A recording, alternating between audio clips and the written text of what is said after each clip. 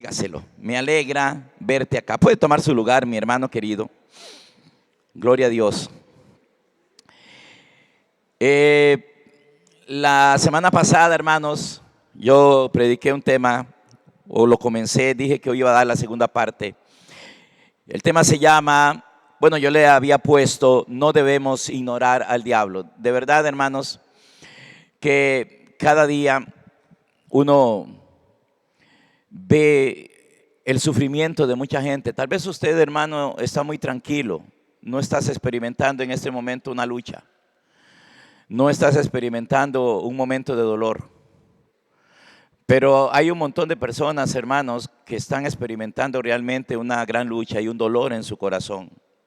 Padres que están luchando y con un dolor en su corazón por la conducta o por la conducta de un hijo o de alguna hija.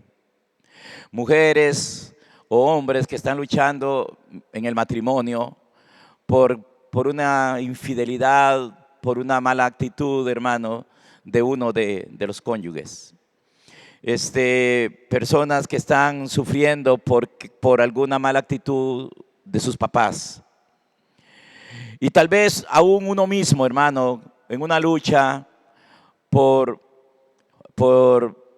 porque hay algo en nosotros que no está bien, que no es del todo agradable ni a Dios ni a nosotros mismos. Si usted dice, ¿qué hago? ¿Por qué no puedo salir de esto? ¿Por qué no puedo salir de esto otro? ¿Por qué es que no puedo tener paz? ¿Por qué es que no puedo ser feliz? ¿Por qué viene una y después viene otra y después viene otra y después viene otra? ¿Por qué, Señor? ¿Por qué? Bueno, hermanos, eso tiene una explicación. Y esa explicación es lo que vamos a tratar de poder compartir hoy en el tema No debemos ignorar al diablo. Es lamentable, mi hermano, cuando uno escucha a predicadores por todas partes hablando de que, bueno, de que ya el diablo está derrotado, de que ya él no puede hacer nada, de que ya el Señor lo venció. Y aunque, hermanos, hay cierta verdad en eso, y digo cierta verdad, porque el Señor en su muerte, la muerte en la cruz, proveyó ahí en esa muerte una puerta que se abrió una puerta para la humanidad que está en sufrimiento. Él ahí cargó con una culpa, dice en el capítulo 53 de Isaías, el castigo de nuestra paz fue sobre él. O sea, hermanos, él sufrió un castigo para que nosotros tengamos una vida llena de paz. Pero está muy distante, hermano, a pensar que ahí se arregló todo. Que ahí, hermano, que ya la humanidad ahí quedó libre. No, ahí lo que sucedió fue un perdón para todos los hombres, para abrirles un camino de libre acceso al Padre. Ahí en la cruz, hermanos, en ese sacrificio que era el cumplimiento del acontecimiento más glorioso para Israel. Israel celebraba fiestas extraordinarias, pero la más gloriosa, el día más glorioso para Israel era el día que le llamaban ellos el día de la expiación. Bueno, en la cruz fue la expiación total y completa, el cumplimiento de todas las expiaciones anteriores, donde se sacrificaba un cordero y donde se le ponían las manos a otro cordero, al cual se le llamaba el chivo expiatorio, y se enviaba al desierto. Todo era un símbolo de la gran expiación que Cristo en la cruz del Calvario llevó a cabo, donde nos reconcilió con el Padre. Pero lo que les quiero decir, hermano, es que ahí lo que se abrió fue una puerta, un camino. Pero toda la humanidad debe acercarse al Padre y reconciliarse con el Padre para experimentar la paz, para experimentar la bendición de Dios en todos los niveles de nuestra vida. Ojalá que Dios me ayude a ser bien certero y que usted pueda entender. Pero a pesar de todo eso, que sucedió ese día glorioso de la expiación de Cristo, del gran día de la expiación, el día más glorioso que la humanidad haya experimentado, fue esa tarde de ese día que nosotros le llamamos el día de la crucifixión, el día, independientemente de si fue un viernes o un jueves o un miércoles, como algunos piensan. Lo importante no es tanto el día que fue, sino el acontecimiento de ese día. Lo más glorioso que le pasó a la humanidad fue lo que ese día sucedió en esa cruz. Pero eso traeremos otro día una enseñanza especialmente y le llamaremos el día más grande de la historia de toda la humanidad. La humanidad tiene que entender eso, y a mí me parece que la misma iglesia no lo ha entendido. Bueno, y entonces ahí donde vamos, por esa razón, hermanos, es que hay tanta maldad en este mundo, tantas cosas feas que le pasan a la gente, tantas cosas tristes que a usted, hermano, lo frustra, y usted dice, bueno, pero qué raro, soy cristiano, soy hijo de Dios, pero ¿por qué me pasa esto? ¿Por qué está sucediendo esto otro? ¿Por qué yo no estoy experimentando algo bien bonito? ¿Y por qué de verdad, hermanos, a veces no somos tan diferentes a los que nosotros llamamos inconversos? A veces hasta cosas más feas les pasan en la iglesia que a los inconversos. Como decía Pablo en una ocasión, que se estaba cometiendo un pecado en la iglesia de Corinto que ni los gentiles lo hacían, porque un hombre se estaba acostando con la esposa de su papá. Dice, eso ni en el mundo se ve. ¿Cómo va a ser que un hijo le quite la mujer al papá? Y estaba pasando en la iglesia. Qué feo, ¿verdad, hermanos? Vamos a abrir entonces nuestras Biblias. El tema se llama No debemos ignorar al diablo. Yo le puse como título, bueno, así sale en la publicación, Satanás no es un mito. Dígale al que está a su lado, Satanás no es un mito. Satanás no es un mito. Abramos nuestra Biblia, primero que todo, al libro de Efesios, capítulo 6. Efesios, capítulo 6. Bueno, tengo Colosenses. Póngame en Colosenses 2 primero. Vamos a leer solo un versículo en Colosenses y luego pasamos a Efesios. Colosenses capítulo 2, versículo 1. Colosenses 2, 1 dice: porque quiero que sepan cuán gran lucha sostengo por vosotros. Decía Pablo, estoy en una lucha. ¿Ustedes alguna vez han oído a alguien, o tal vez usted mismo le ha dicho, uy, qué lucha, estoy en una lucha? Qué lucha con esta mujer, qué lucha con este hijo, qué lucha con este hombre, qué lucha. Bueno, dice Pablo, quiero que sepan, él estaba interesado en que se supiera que él estaba en una gran lucha. Dice, porque quiero que sepan o sepáis cuán gran lucha sostengo por vosotros y por los que están en la Odisea. ¿Se acuerdan, hermanos? Si ustedes leen la Biblia, ¿se acuerdan de capítulo 3 de Apocalipsis? Donde dice que la iglesia de la Odisea era una iglesia fría, tibia, que no eran fríos ni calientes, y que el Señor los iba a vomitar si no había un cambio en ellos, porque ellos andaban diciendo que eran ricos, que se habían enriquecido y que de ninguna cosa tenían necesidad. Bueno, aquí Pablo está teniendo una lucha por esta iglesia, por estos hermanos de la Odisea. Dice, por vosotros y por los que están en la Odisea, y por todos los que nunca han visto mi rostro. ¿Para qué? Verso 2. ¿Cuál era el propósito? ¿Por qué Pablo está luchando? ¿Por qué hay una lucha? Y una lucha que no debe ser ajena para nosotros. Para que sean consolados sus corazones, dice, unidos en amor, hasta alcanzar todas las riquezas de pleno entendimiento, a fin de conocer el misterio de Dios el Padre y de Cristo, verso 3, en quien están escondidos todos los tesoros de la sabiduría y del conocimiento. Para Pablo esto era importante. Para mí es importante, hermanos, de verdad. Y lo debería de ser también para usted. Comenzar una lucha por todos aquellos seres amados, por la esposa o por el esposo, por los hijos, por los nietos,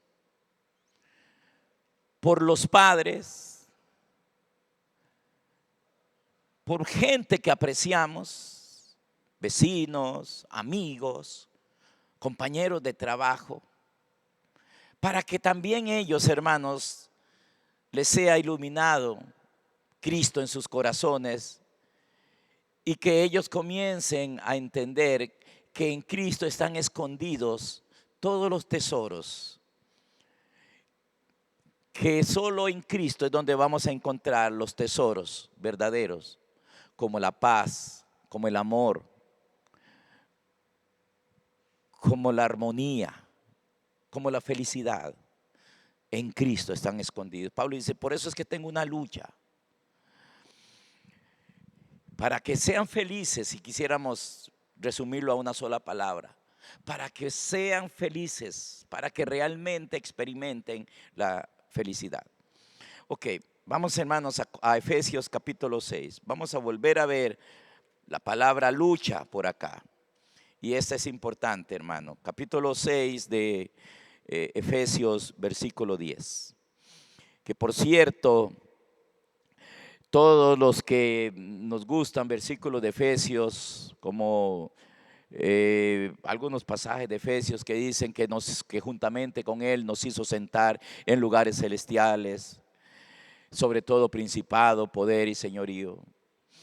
Que en Cristo ya hemos sido bendecidos con toda bendición espiritual, que en Cristo estamos completos. Todos aquellos hermanos que siempre estamos hablando de esos versículos y tomándolos, claro, son bonitos y son verdad, pero también deberíamos de tomar muy en serio estos otros, porque el mismo que escribe los versículos bonitos, también escribe esto que vamos a leer, que también es bonito, hermanos, e importante.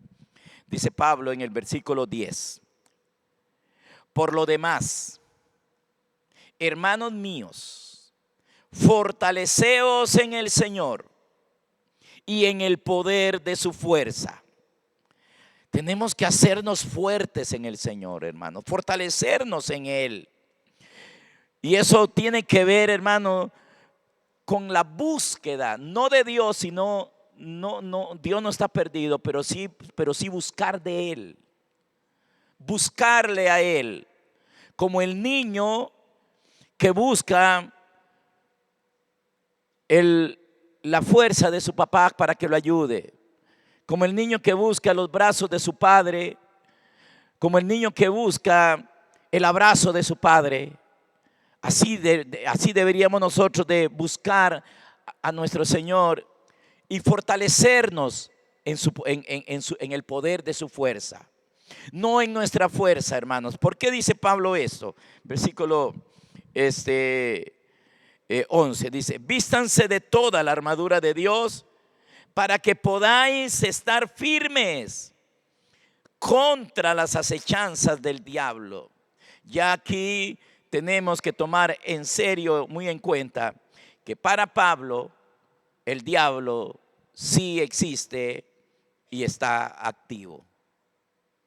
Versículo 12 dice: porque no tenemos lucha contra sangre y carne, sino contra principados, contra potestades, contra los gobernadores de las tinieblas de este siglo, contra huestes espirituales de maldad en las regiones celestes. Me parece que es importante no preocuparnos quiénes son estas potestades. Realmente Pablo está hablando del diablo mismo, para que estemos firmes contra las acechanzas del diablo, contra las maquinaciones del diablo, contra las escaramuzas del diablo, contra el plan que el diablo tiene contra los hombres.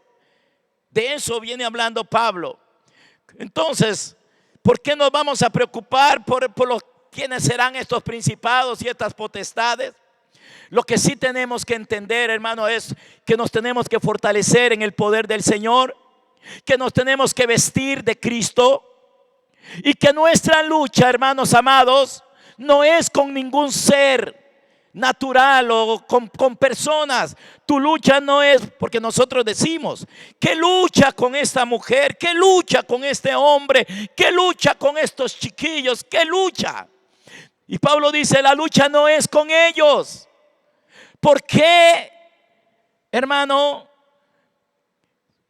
Hay algunos que no están luchando, que ellos ni siquiera son conscientes del dolor que le están trayendo a alguien. Usted está tal vez experimentando el dolor que alguien le está causando, un ser querido y amado, pero esa persona tal vez ni siquiera sabe y ni por aquí le pasa que ella o él están trayéndote dolor a ti, que están causando algo contra ti, que algo en ellos está trayendo dolor. Y entonces, hermanos, la tendencia de nosotros cuando estamos experimentando estas cosas es enojarnos con ese alguien, ¿verdad? Y pensar que ese alguien es el culpable de lo que me pasa. Lo que me pasa es por culpa de él. Todo lo que me pasa es por culpa de ella. Todo lo que me está sucediendo. Y entonces, hermanos, comenzamos el conflicto entre nosotros. Y Pablo está tratando de enseñarnos y ayudarnos a entender que no es, que no veamos simplemente a la persona, que no culpemos a la persona. Por esa persona hubo una expiación en el Calvario. Por esa persona Cristo murió. Cristo llevó el castigo por esa persona. Y esa persona lo que necesita es experimentar, por decirlo de alguna manera, la expiación, la obra de Cristo en su corazón. Y esa es la lucha que tenemos nosotros, hermanos. Porque una persona que realmente está experimentando a Cristo en toda su plenitud, esa persona no le trae dolor a nadie. Esa persona es un refrigerio. Aquel esposo que está experimentando la obra de Cristo en su corazón es un refrigerio para su mujer. Es un refrigerio para sus hijos, para los amigos, para la gente. Es una luz que alumbra en las tinieblas ese hombre o esa mujer que está experimentando la obra de Cristo, a Cristo como su todo, perdón. Es también eso, un refrigerio, una paz, un gozo para su marido, para sus hijos, para sus padres, para sus amigos.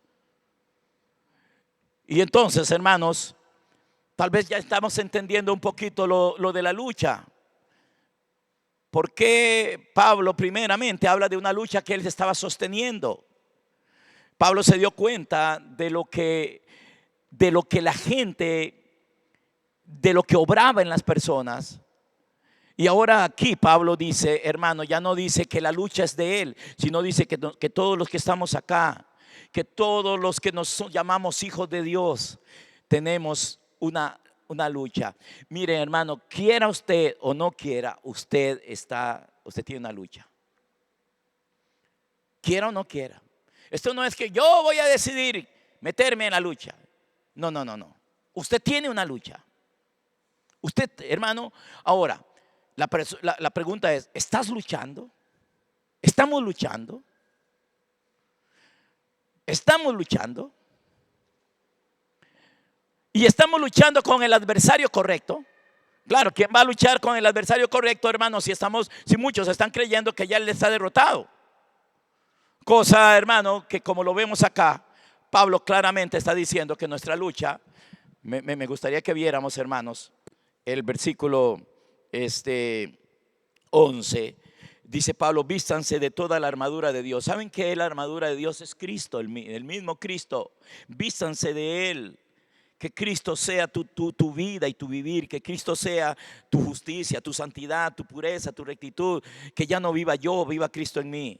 Eso quiere decir, eso es la armadura de Dios. Vístanse de toda la armadura de Dios para que podáis estar firmes contra las acechanzas del diablo. Y entonces este es el versículo que deberíamos de ver. Cuando viene hablando de potestades principales, realmente está hablando de lo que es el diablo, de la forma operativa del diablo. No tenemos lucha contra la carne y la sangre. Hermano, el día que entendamos esto, vamos a dejar de estar peleando con el que no tenemos que pelear. Está el diablo operando a través de alguien contra usted. Sí, hermano, eso lo ve uno. Como pastor me ha tocado, hermanos, ver a mamás llorando, contándome lo que están pasando con su hijo o con su hija. Me ha tocado ver hombres llorando, hermanos, por lo que está pasando en su hogar, por el comportamiento de su cónyuge, hombres o mujeres, llorando. ¿Qué hago, pastor? ¿Qué hago? Personas luchando por una enfermedad rarísima que tiene un familiar y que no encuentra cura por ningún lado. Pastor, ¿qué pasa? Y a veces uno, hermano, también por momentos como que se nubla el entendimiento y no sabemos qué decir. Me gusta mucho, hermanos, la gran comisión, en lo que consiste, y vamos a leerlo, hermanos, en el libro de los Hechos, capítulo 26. Hechos capítulo 26.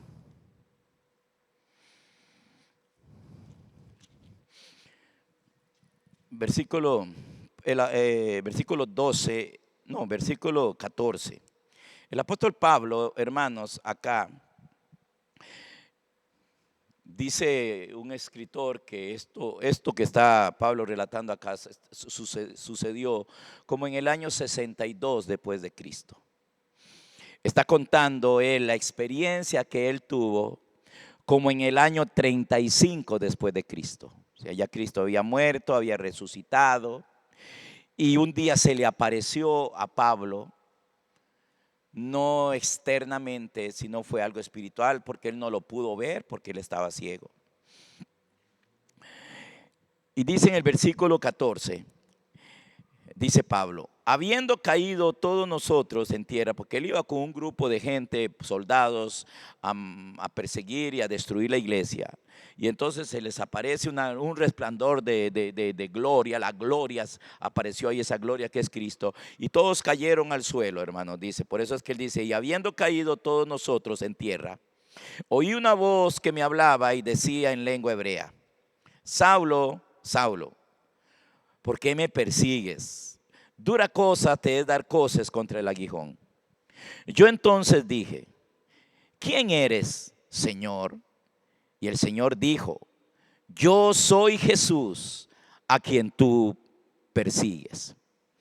Pero levántate y ponte sobre tus pies, porque para esto, ojo, porque para esto he aparecido a ti, para ponerte por ministro y testigo de las cosas que has visto y de aquellas en que me apareceré a ti, librándote de tu pueblo y de los gentiles a quien ahora te envío. Ojo, ojo con la comisión. Oiga lo que le dijo el Señor a Pablo. Le dice, para que abra sus ojos. Déjeme hacer un paréntesis con el verso 17. Hermanos, es vital que nosotros entendamos que el apóstol Pablo es el apóstol, O sea, el enviado de Dios, la palabra apóstol quiere decir enviado, es el enviado de Dios a los gentiles. ¿Quiénes son los gentiles? Usted y yo. Todos los que no somos judíos somos gentiles. Entonces el apóstol Pedro era el apóstol a los judíos. Por eso la primera carta y la segunda carta del apóstol Pedro dice que fue escrita para los expatriados, o sea, para todos los judíos dispersos por el mundo. Pedro escribió para ellos. Pero el apóstol Pablo, hermano, Dios, el Señor Jesucristo lo toma y lo envía a los gentiles. Deberíamos de ponerle mucha atención a las 14 cartas que el apóstol Pablo escribe. Deberíamos de leerlas. Yo no estoy diciendo que nos convirtamos en seguidores de Pablo, pero él es el apóstol de Dios o de Cristo, el enviado de Cristo a los gentiles. O sea, lo que Dios quiere para nosotros los gentiles se lo entregó a Pablo, se lo dio a Pablo, y Pablo lo enseña en sus 14 cartas, que deberíamos de leerlas con mucha atención, porque es el mensaje y el deseo, la voluntad del Señor para usted, hermano, para usted que me está oyendo. Yo estoy hoy delante de un pueblo gentil acá. Todos ustedes, yo no sé si aquí habrá algún judío. ¿Hay algún judío? Tal vez jodidos sí, puede ser que hayan por acá, pero no hay ningún judío. Todos los que estamos acá somos gentiles. Entonces, hermano, lo que Dios le da a Pablo es para nosotros. Lean estas cartas, hermanos, leámoslas con cuidado y pidámosle a Dios que nos ayude a entender ese mensaje de Él para nosotros los gentiles. Ok, versículo 18 dice: para que les abra los ojos. ¿A quién? A los gentiles. Te he enviado, le dice en el verso 17, te he librado de tu pueblo y de los gentiles, a los cuales ahora te envío. Le dice ahí, a quienes ahora te envío. ¿Para qué? ¿A qué lo envió? A que le abra los ojos a los gentiles. Pero ¿cuáles ojos? ¿Cuáles ojos? Para que les abra los ojos, para que se conviertan de las tinieblas a la luz, de la potestad de Satanás a Dios. ¿Oyó? Se tienen que abrir los ojos. Pablo dice, Dios, o Jesús le dice, Pablo, te envío para que les abra los ojos a los gentiles. Todos los gentiles en esta mañana me corresponde a ustedes. Ese es mi trabajo. Y ese debe ser, hermano, el trabajo de todos los pastores del mundo, de todos los maestros, de todos los apóstoles. No hay otro. Es abrirle los ojos a los gentiles. ¿Para qué? Para que se conviertan de las tinieblas. En la Biblia siempre se habla de dos, ¿verdad? Tinieblas y luz. ¿Quién es tinieblas? Cuando habla de las tinieblas, ¿de quién está hablando? ¿Saben de quién está hablando, hermanos? No está hablando de la oscuridad física. Está hablando de alguien. Está hablando del diablo, como lo vamos a ver más adelante. Y la luz, ¿quién es la luz? Yo creo que ninguno de nosotros tiene problemas en decir, en contestar la pregunta. Si se las hago a ustedes, hermanos, ¿quién es la luz? Todos diríamos rápidamente, hermano, Jesús es la luz del mundo. Amén. Y estamos diciendo la verdad. Pero entonces, ¿quién es las tinieblas? Porque dice Pablo, para que se conviertan de las tinieblas. ¿Saben lo que la palabra convertir significa? Significa volver a lo original, volver a lo que era. Entonces quiere decir que lo que el Señor está diciéndole a Pablo es: tienen que abrírsele los ojos a los hombres para que vuelvan a su originalidad. Tienen que volver a su dueño, tienen que volver a su origen, tienen que volver a lo que eran antes, a como era aquel Adán y aquella Eva, que no estaban separados de Dios, que no tenían sufrimiento, que no tenían dolor, que no eran esclavos, que no lloraban, hermanos, por causa de un mal comportamiento de los hijos, por mal comportamiento de la mujer o del hombre. Dice, para que les abra los ojos. Ojalá que Dios comience a abrirnos a nosotros de par en par los ojos del entendimiento. De esos ojos se está hablando. Y cuando esos ojos se abran, hermanos, entonces dice el Señor: lo que yo quiero es que ellos se puedan volver de las tinieblas. Que nos demos cuenta, hermanos, que nos comencemos a dar cuenta que hay una potestad. Vea lo que sigue diciendo. Dice: para que abra sus ojos, para que se conviertan de las tinieblas a la luz, de la potestad de Satanás, o sea, del poder del diablo, de la potestad de Satanás a Dios, para que reciban por la fe que es en mí, o sea, en Cristo, perdón de pecados y herencia entre los santificados. Wow. Eso, hermanos. Y entonces encontramos a Pablo en sus 14 cartas, siempre hablando de esto. Por eso es que él dice: tengo una gran lucha. Estoy luchando por todos ustedes, le dice a los colosenses, y por todos los que nunca han visto mi rostro, para que sean consolados sus corazones. Para precisamente para esto, la única manera de que un corazón sea consolado es de que se vuelva a Cristo, de que nos convirtamos al Señor. Claro, nosotros decimos que yo me convertí hace 20 años. Yo me acuerdo cuando yo me convertí al Señor. Por eso casi siempre usted me va a escuchar a mí decir: Cristo, hace 40 años que Cristo vino a mi corazón.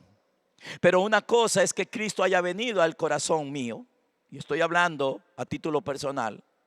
Y otra cosa, hermano, es el ser convertido al Señor. Y eso, hermanos queridos, es lo que el Padre quiere. Convertirse, volver a lo original, volver a lo correcto. También esa palabra podríamos interpretarla como ser transformado en alguien completamente nuevo. Y entonces viene la lucha, hermanos, porque entonces cuando estamos viendo a las personas, vemos a muchas personas que todavía siguen bajo esa potestad, que todavía siguen bajo ese poder.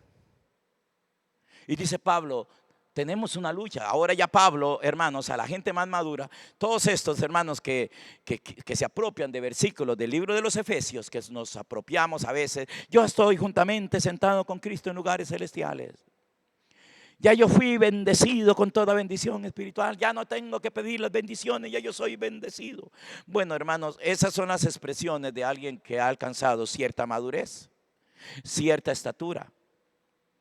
Y entonces, hermanos, de la misma manera que en la vida natural, cuando hay una batalla, una guerra, se reclutan. ¿A quién reclutan, hermanos, en un país para una guerra? ¿Quiénes son las personas que se reclutan? ¿Se reclutan a los niños? ¿Andan reclutando niños chiquitos de 7 años, de 8 años? ¿O se reclutan, hermanos, personas mayores? Se reclutan personas mayores, ¿verdad, hermanos? Para la guerra, para llevarlos a una batalla. Y a los niños más bien los cuidamos y los protegemos, y a las mujeres también.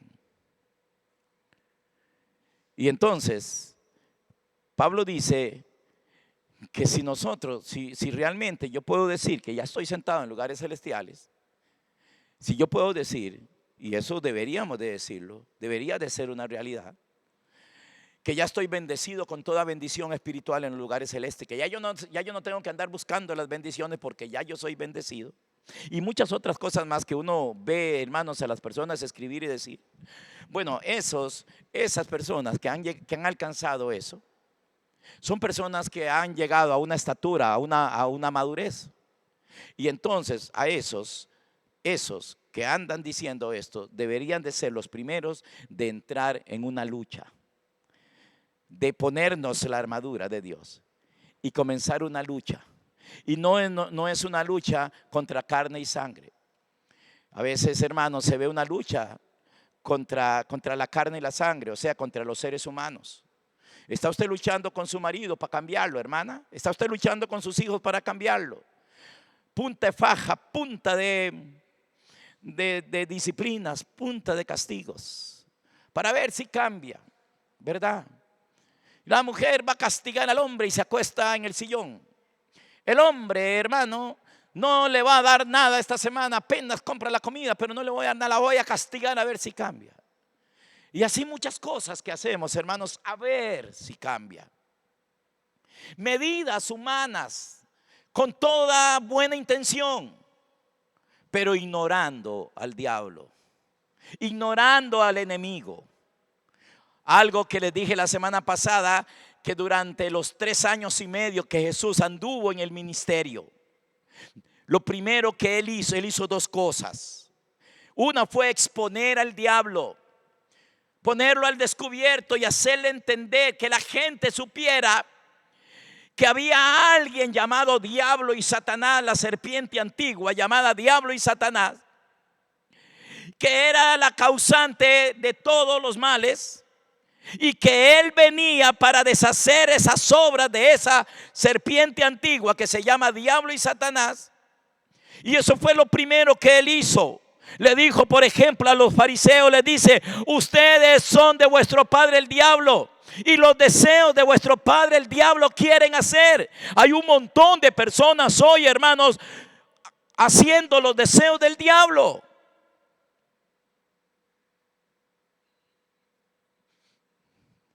Ignorándolo, hermano. Usted estará ignorándolo. Tenemos una lucha. Tenemos un enemigo real. Y yo no vengo aquí a exaltar al diablo en ningún sentido. En ningún sentido. Cristo resucitó de los muertos. Cristo venció la muerte. Cristo venció el pecado. Cristo triunfó. Y nosotros nos vestimos de Cristo. Nos llenamos del Señor para triunfar contra las acechanzas del diablo, para deshacer las obras del diablo, para quebrantar el poder del diablo. Y entonces veremos nuestra familia libre, nuestros hijos libres, nuestro hogar cambiado. Amén.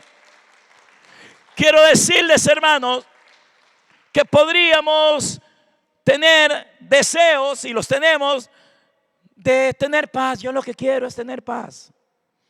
Bueno, hermanos, el castigo de nuestra paz fue sobre él. Lo que pasa, hermano, es que aquel hombre, aquella mujer que está bajo la potestad de las tinieblas, no sabe que el castigo de su paz ya fue sobre Cristo. Y lamentablemente tenemos a un montón de gente evangélica, hermanos, que no lo saben tampoco. A mí me preocupa, hermanos. A mí me duele, es que me duele ver las cosas que pasan. Ver las cosas que pasan en los hogares, en las familias. Me duele lo que pasa en la iglesia. Pablo lloraba en algunas ocasiones por lo que estaba sucediendo en la iglesia. Le dijo a los corintios, le dice: ustedes deberían de lamentarse delante de Dios, en vez de tener esa jactancia, porque un hombre había caído, le había quitado la mujer a su papá. Usted se imagina, hermano, el dolor que ha de haber sentido aquel papá cuando su hijo le quitó la mujer. Que llega y resulta que la mujer está acostada con el hijo. ¿Se imagina el dolor, hermanos? No, yo creo que muchos no lo imaginan. No imaginamos el dolor. ¿Se imagina la vergüenza, hermano, de todos los que conocían esa iglesia? ¿Se imagina la vergüenza? Lo que todo el mundo andaría diciendo de lo que pasó en esa iglesia. Y entonces Pablo, hermanos, hasta lloró por lo que estaba sucediendo ahí. Pero hay muchos que no quieren ver eso. Muchos de los que me van a ver, hermanos, por internet, no quieren ver eso, esa realidad en la iglesia. Y había que corregir aquello. Pero había algo detrás. Había una obra maligna. Hermanos, sepa que si está pasando algo feo con alguien que usted ama, sepa que está, hermano, que hay algo detrás de eso. Que hay alguien detrás de de eso que está sucediendo. Y que si nosotros logramos destruir eso, entonces la persona que está bajo eso va a ser completamente diferente. Dos cosas les decía, hermanos, que hizo Jesús cuando anduvo en la tierra, básicamente. Una, exponer al diablo. Eso es lo que yo estoy tratando de hacer hoy, exponerlo. Que usted, hermano, salga de aquí hoy diciendo: ya entendí, sí, está haciendo algo muy feo esa persona, pero ya entendí que hay alguien detrás, que esa persona está bajo una potestad, está bajo las tinieblas. Y cuando nosotros entendemos eso, hermanos, entonces nosotros vamos a perdonar. ¿Se acuerdan que les dije la semana pasada que iba a hablar de lo que era atar y desatar? ¿Saben qué es atar? Voy a leérselo, hermano, lo escribí. Perdonar ata a Satanás, el perdonar. O sea, al hombre fuerte, y libera al que estaba atado. ¿Qué es atar y desatar? No es que yo me pare y diga: yo ato al diablo, yo ato a los demonios, yo ato a todo principado del diablo, yo ato las obras del diablo. Hermano, eso es lo que la gente hace. Pero son personas, hermanos, también hasta están siendo manipuladas por el mismo enemigo, haciendo algo muy contrario a lo que deberíamos de hacer. Hermano, cuando usted perdona a alguien, usted desató a esa persona. Y el problema es que si alguien está haciendo algo feo y eso algo feo me afecta a mí, si yo no perdono, el resentimiento y la herida y la amargura va a comenzar a reinar en mi corazón. Y me comienza a caer mal aquella persona. Y comienzo a decir cosas, improperios contra aquella persona. Y termino resentido y separado. Se separó el matrimonio. Aquel matrimonio que un día se casaron, amándose, prometiéndose amor hasta que la muerte los separara. Y después, hermanos, es más grande el odio que el amor con el cual se casaron. Pero ¿qué pasó? ¿Por qué vino eso? Por lo mismo que estoy diciendo, hermanos. Por eso la Biblia dice que no nos unamos en yugo desigual con los incrédulos. Si aquí hay personas solteras, vea bien con quién se va a casar. Que esa persona, hermano, realmente Jesucristo sea su Señor. Y no que sea miembro de una iglesia evangélica nada más. Porque a las iglesias evangélicas muchas personas solo van un día a la semana y solo 2 horas de todas las horas que tiene una semana, solo 2 horas sacamos. Y esas 2 horas, hermanos, se nos hacen eternas y nos obstinamos. Si el pastor se nos pasa 10 minutos de las 2 horas, ya yo estoy enojado. Ven, hermanos. Uy, cómo dura ese pastor. Cómo dura.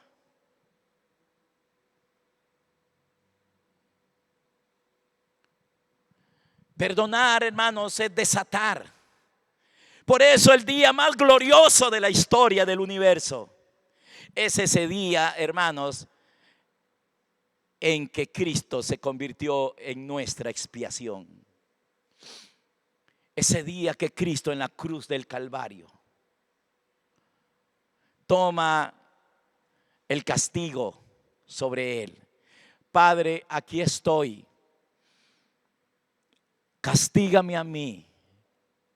Señor, que el castigo de todos los hombres caiga sobre mí.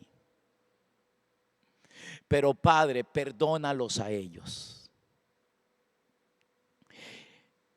Padre, te doy mi vida de ofrenda. Te doy mi sangre, Señor, de ofrenda por ellos.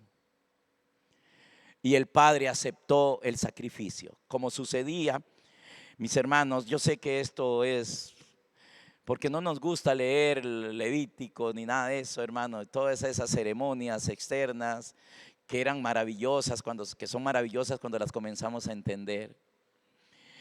Cuando aquel sumo sacerdote entraba, se quitaba sus ropas sacerdotales, se vestía, hermanos, muy sencillo. Y entraba, hermanos, con la sangre, y todo mundo afuera estaban a la expectativa, esperando que ese sumo sacerdote saliera. Porque si el sumo sacerdote no salía, significa que Dios no había aceptado el sacrificio. Pero cuando aquel sumo sacerdote salía después de llevar la sangre de un cordero que se mataba afuera, y la llevaban, hermanos, él la llevaba adentro del propiciatorio, y aquel sumo sacerdote la ofrecía y la rociaba en aquel lugar. Y cuando el pueblo, la multitud estaba afuera, pero era una multitud, miles, millones quizás, estaban afuera, todo mundo, hermano, esperando la salida del sumo sacerdote, que saliera de adentro y que le dijera: ¿saben qué? Él aceptó el sacrificio, y todos los pecados que habían cometido hasta ese día quedaban borrados, quedaban perdonados, para volver otra vez a la comunión con Dios. El sacrificio de Cristo en la cruz, hermano, borró todos los pecados, perdonó todos los pecados pasados del hombre, y se convierte, hermanos, en la propiciación para el siguiente año, y para el siguiente año, y para el siguiente año. En el pacto de Moisés había que matar todos los años un cordero y llevar sangre. Pero cuando aquel sumo sacerdote salía, hermano, aquel pueblo seguramente suspiraban, hermano: ¡ay, gracias, Señor! Sí, salió triunfante, fue acepto aquel sacrificio. Bueno, así Dios, hermanos, ha aceptado el sacrificio de su muerte, de su sangre por nosotros. Y el Padre le dice al Señor: sí, acepto tu sacrificio. Pero eso no significa, hermanos, que ya todo terminó ahí. Es como aquel hombre, hermano, o aquella mujer que perdona la infidelidad de su cónyuge. Y él le dice: amor, te perdono, vuelva a casa, vuelva conmigo, volvamos otra vez. Pero el perdón, hermanos, es aquel hombre desatando a aquella mujer, o aquella mujer desatando al hombre. Aquel perdón desata, aquel perdón deja en libertad a ese hombre. Ya no está bajo la condenación y bajo la acusación. Aquel hombre le dice: estoy dispuesto, yo olvido todo lo pasado. Aquella mujer le dice: mi amor, yo olvido todo lo pasado, pero eso sí, yo espero de aquí en adelante algo. Yo espero de aquí en adelante alguien nuevo, alguien diferente. Y entonces, hermanos, desatar es perdonar, pero no es el fin. Desatar, perdonar, cuando nosotros perdonamos a alguien. Y entonces la lucha espiritual tiene que comenzar, hermanos, con un perdonar a esa persona con la cual estamos enojados. Porque Pablo dice: la lucha no es contra carne y sangre. No, la lucha no es contra ese hermano que nos dañó, que nos hizo algo, que me traicionó, que me dañó. No es con él. Hermano amado, nuestra lucha tiene que comenzar por el perdón. Lo primero que tenemos que hacer es perdonar. Por eso la Biblia dice que cuando el hombre más fuerte entró al palacio, lo primero que hizo fue atar al hombre fuerte. ¿Cómo es que atamos al diablo? ¿Cómo es que atamos, hermano, a los principados del diablo? ¿Sabe cómo quedan atados? Cuando nosotros perdonamos al ser por el cual vamos a luchar. Si nosotros, la iglesia, pensamos que Dios nos puso en este mundo para juzgar y condenar a medio mundo, ya perdimos. Porque el sacrificio de Cristo, hermano, la propiciación de Cristo fue por toda la humanidad, desde los siglos hasta los siglos, desde la eternidad hasta la eternidad. El Señor los perdonó. Él necesita que nosotros perdonemos también, hermano.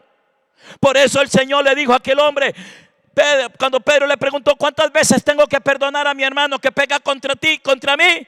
7, Señor. No, el Señor le dijo 70 veces 7. Hay que mantenerlo siempre en el perdón. Hay que perdonarlo. Yo me admiro, hermanos, y me sorprendo a veces, porque yo he visto juicios donde están, hermanos, donde un hombre mató al hijo de alguien. Y yo he visto en los juicios, hermanos, al papá o a la mamá de del muchacho asesinado, decir ahí, en cámaras, decir, yo lo perdono. Yo lo perdono. Wow. Tremendo. Yo no sé si de corazón lo hizo. El problema de nosotros, hermanos, es que soltar una palabra es pan comido. Decir, yo lo perdono, sí, yo lo perdono. Eso es muy fácil, hermanos. Pero tenemos que perdonar de la misma manera que Dios nos perdonó a nosotros. ¿Cómo nos perdonó a nosotros? El Señor nos perdonó pasando por alto todo lo pasado y no acordándose de lo pasado. Aquella persona que ha sido perdonada está libre, pero que esa libertad no la use como pretexto para hacer lo malo.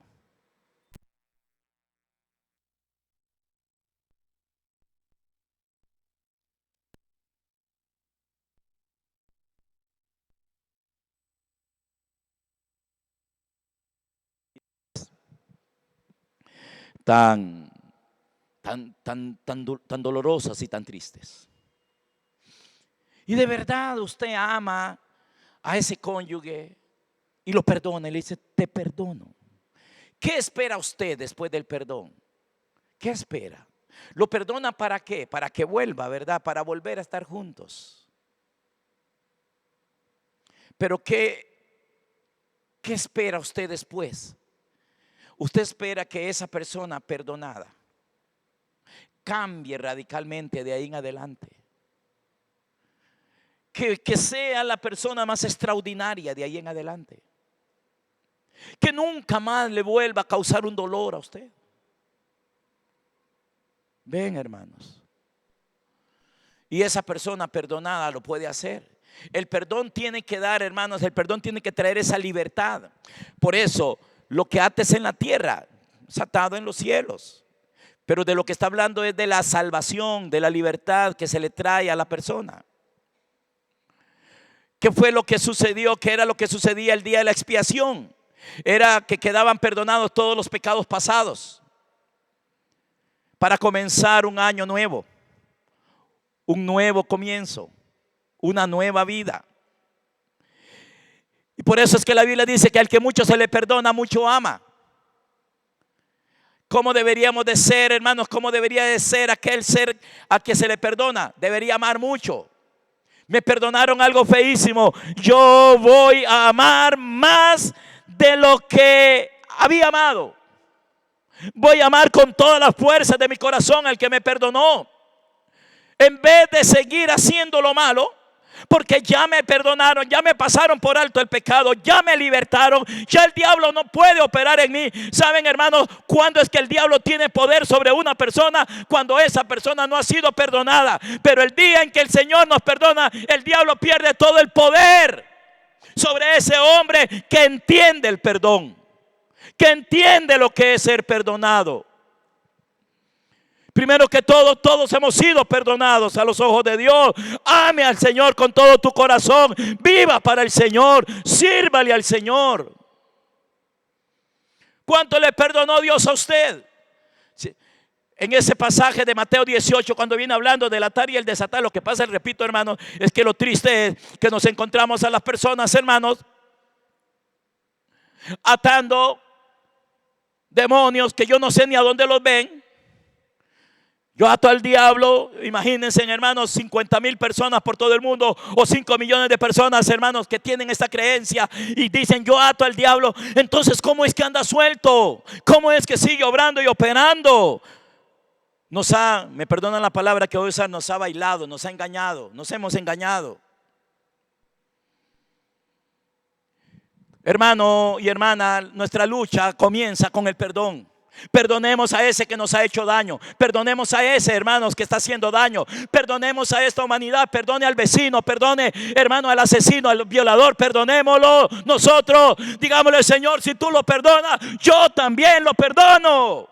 Y después de que perdonamos, ahora sí, dígale al diablo: suelta a mi esposo, suelta a mis hijos, suelta a mi esposa. Porque hay padres resentidos con sus hijos, hay hijos resentidos con sus padres, hay esposas resentidas con su marido, hay maridos resentidos con su esposa, hay amigos que terminaron, hermanos, convertidos en enemigos, hay exnovios que no se pueden ni ver. Perdonemos, hermanos.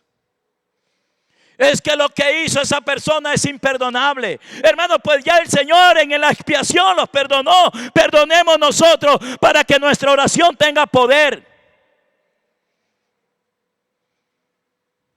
Para que cuando oremos, hermano, cuando vengamos a la lucha contra el diablo, ¿cuál es la lucha? Decir al diablo: suéltalo ya. Pero ¿cómo el diablo, hermano, cómo le vamos a dar una orden al enemigo si yo mismo no lo he soltado? Y entonces cuando usted comienza a leer el Mateo 18, todo ese capítulo, hermano, nos habla de esto, del atar y del desatar. En realidad está hablando del perdonar. ¿Qué es eso? Atar y desatar es: cuando yo perdono, desato. Cuando yo perdono, ato. ¿A quién ato? O sea, dejo al diablo impotente.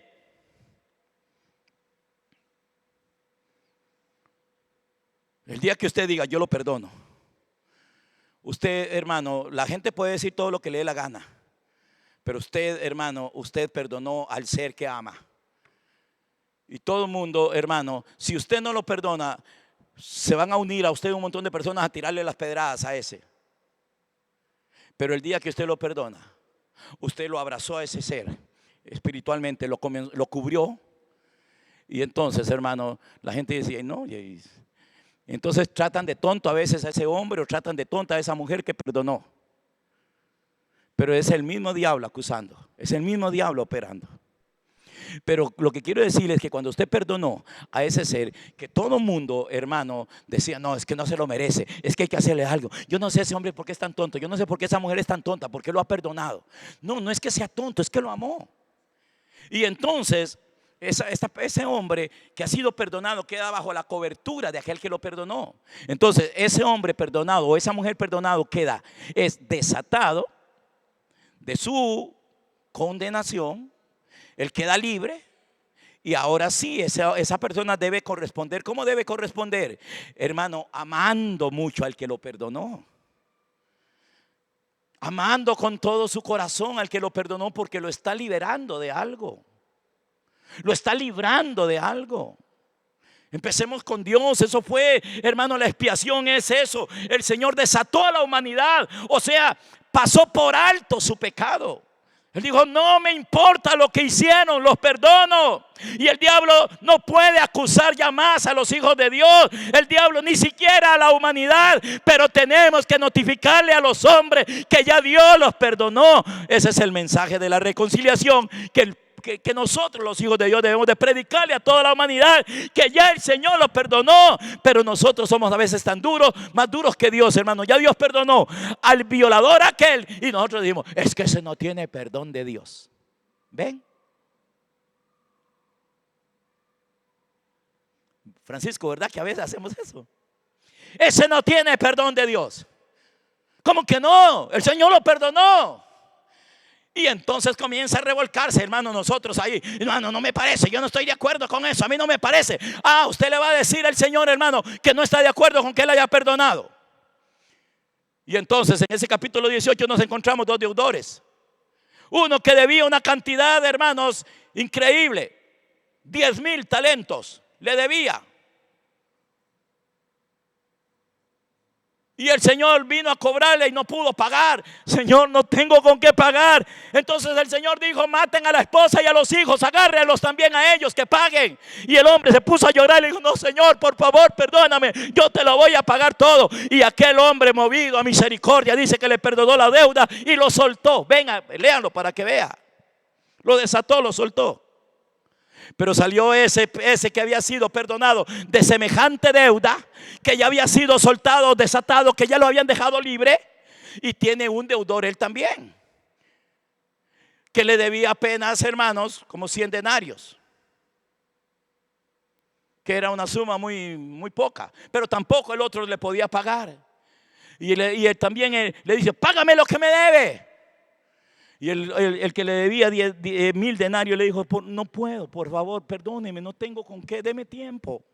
Y él dijo, no le doy tiempo. No le doy tiempo. No lo quiso desatar.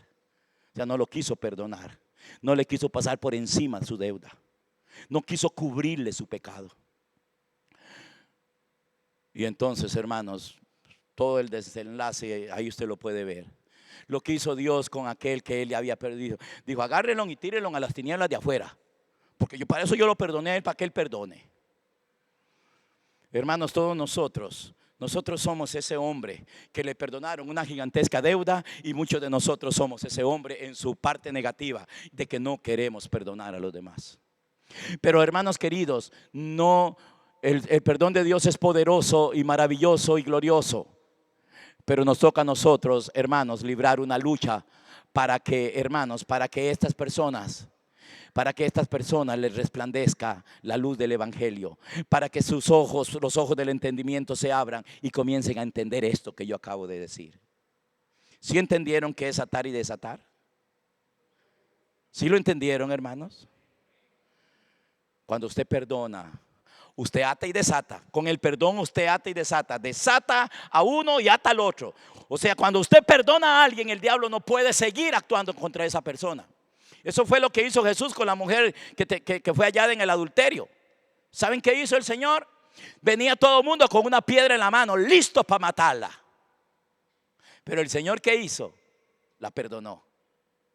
Y entonces, hermanos, todos los que querían matarla no la pudieron matar.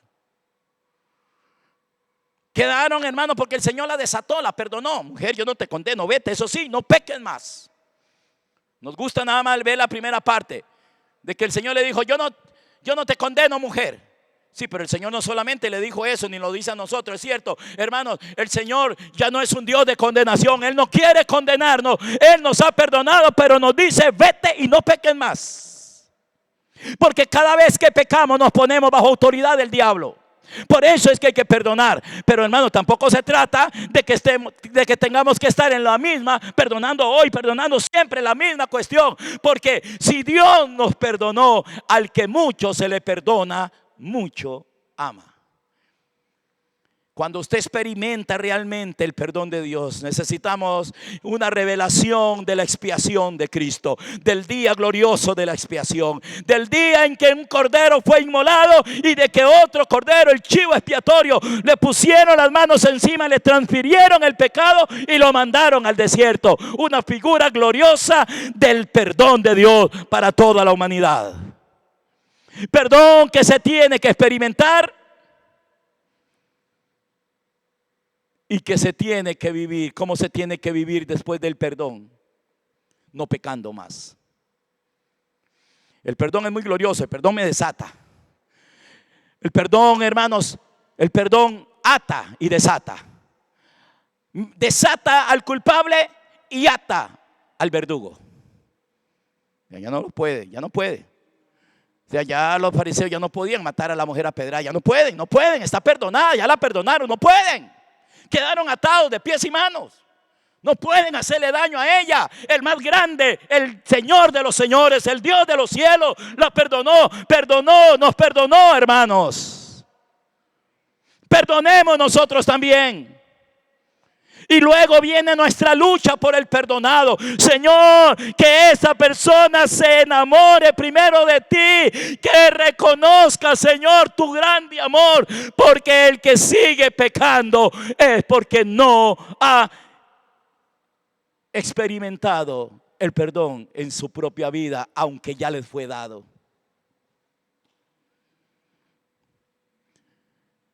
Porque al que mucho se le perdona, mucho ama. Y el amor no daña. Si usted me perdonó a mí, yo debo amarlo. Y el amor no daña. El amor no sigue trayéndole daño ni dolor a nadie. Dios mío, hermanos, luchemos para que a la gente entiendan lo del perdón de Dios. Luchemos, hermanos, para que el diablo no les mienta más, para que el diablo no les haga creer lo que no deben de creer. Por eso Pablo luchaba, para que fueran consolados sus corazones. Me gusta, quisiera que lo volviéramos a ver otra vez, Colosenses 2. Me gusta mucho esto que el apóstol Pablo le dice a los colosenses con respecto a su lucha. Colosenses capítulo 2, versículo 1. Dice: porque quiero que sepáis cuán gran lucha sostengo por vosotros y por los que están en la Odisea y por todos los que nunca me han visto, los que no me conocen, los que nunca han visto mi rostro, dice el verso 1, para que sean consolados sus corazones, unidos en amor, hasta alcanzar toda la riqueza de pleno entendimiento, a fin de conocer el misterio de Dios el Padre y de Cristo, en quien están escondidos todos los tesoros de la sabiduría y del conocimiento. Dice que él era una lucha. ¿Cuál lucha, hermano? Usted y yo lo leímos en Hechos 26. Le dice el Señor: te envío a los gentiles para que les abra los ojos del entendimiento, para que se conviertan de la potestad de Satanás, para que ya no sean más esclavos de Satanás, para que ya no estén bajo la posesión del diablo, para que ya no estén atados por el diablo. Entonces la parábola del palacio, del hombre fuerte y del más fuerte, de eso es que nos está hablando, hermano. Lo que el Señor le dijo a Pablo es lo mismo que él dijo en la parábola esa. Entra el Señor, hermanos, al palacio y lo primero que hace es atar al hombre fuerte. ¿Cómo uno ata al hombre fuerte? Perdonando al que él tiene atado. Lo dejamos inoperante. No puede operar más. Lo perdono. Perdonar es que yo acepto a aquel, lo atraigo hacia mí con cuerdas de amor y digo: a mí qué me importa todo lo que los demás digan, yo te he perdonado. Hermano, yo necesito el perdón de mis seres queridos, de mis seres cercanos. Al final de cuentas yo digo: si a mí me perdona mi esposa y mis hijos, ¿qué me importa si los demás no me perdonan? Pero voy a ir a algo más glorioso y extraordinario. Si Dios me ha perdonado, hermano, allá los que no me quieran perdonar. Y yo le digo, hermano, me podrán decir a mí que yo soy un tonto si yo perdono a alguien que me hizo un daño. Y alguien podría decir: yo no lo hubiera perdonado, usted es un tonto. A mí no me importa lo que digan, es que yo amo a ese que perdoné y lo que digan me resbala.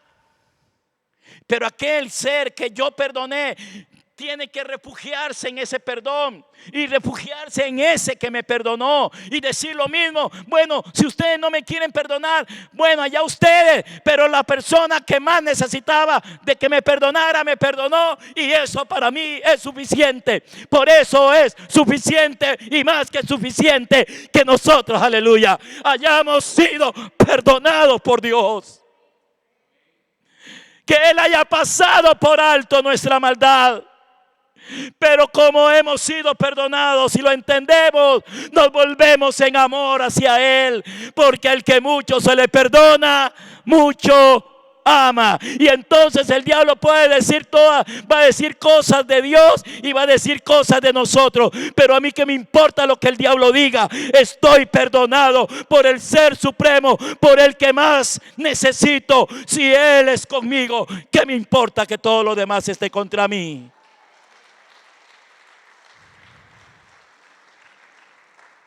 Y luego, hermanos queridos, usted quiere ver, hermano, a su familia en Cristo, amándolo y sirviéndolo, comencemos por perdonarlos. Y luego, hermano, ordénele al diablo que ya no manipule más a tu ser amado, que ya no maltrate más a tu ser amado, a ese que usted perdonó. Y ya no pelee más contra ese, ya no lo culpe más, o ya no lo acuse. Usted no se convierte en un acusador. Una cosa es: convirtámonos en perdonadores y no en acusadores. Por eso la Biblia llama al diablo el acusador de los hermanos. Pero a Dios se le conoce como el perdonador de los hermanos. Uno acusa, el otro perdona. Y nosotros, hermanos, yo entiendo que lo primero que tenemos que hacer nosotros, hermanos, en la lucha espiritual es perdonar. No es una lucha espiritual solamente por mí. Es una lucha espiritual por todas aquellas personas que nosotros amamos.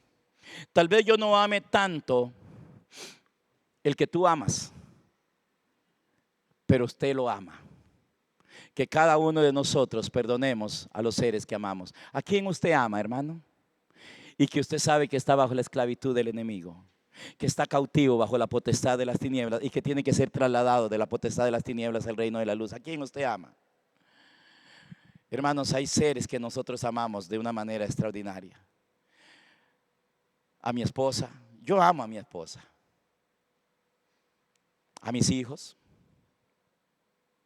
También a mis hermanos de la carne, mis hermanitos, que un día nacimos en la misma familia y jugábamos juntos, brincábamos suiza, jugábamos a escondido, íbamos a la escuela juntos. También nos peleábamos a almohadazos y todo eso. A eso yo los amo. Amo a algunos primos más que otros, porque algunos primos eran como hermanos para uno, ¿verdad? Yo amo a esos. Algunos de esos hermanos están mal, pero los perdono. Los perdono.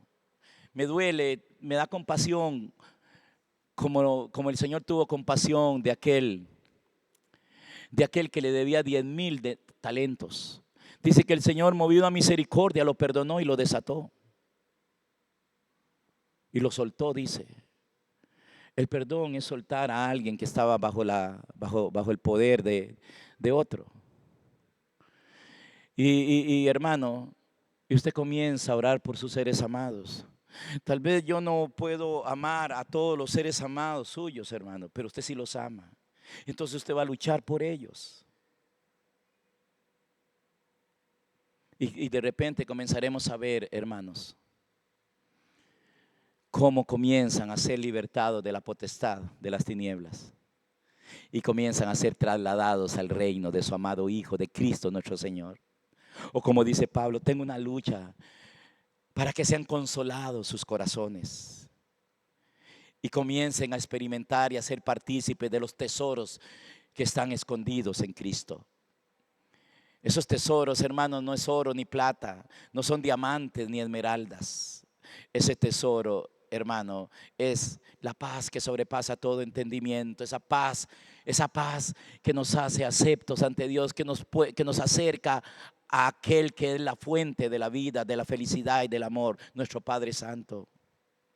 Cristo, gracias por esa expiación. Señor, gracias por habernos perdonado, por haber provisto, por haber llevado mi culpa, por haber llevado mi castigo. Gracias, Señor. Por eso lo amo a Él, hermanos. Yo no sé, no soy quien para juzgarte. Yo no sé cuánto lo amas, pero ámelo, porque mucho te perdonó. Ya no eres esclavo.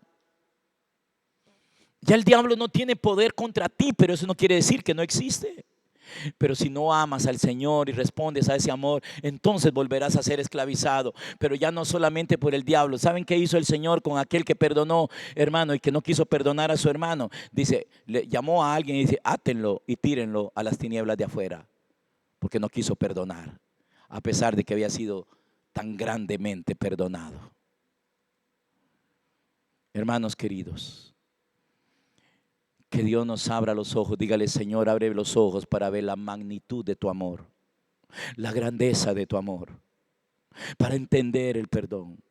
Y no comenzar a ser loco ahí, que yo ato al diablo, que yo lo amarro, que yo lo sujeto con cadenas y que lo tiro al infierno, al lago. Hermano, no seamos ignorantes. Perdonamos, atamos al diablo, el diablo queda atado cuando usted perdona a los seres amados. Y usted desata al ser amado cuando usted lo perdona.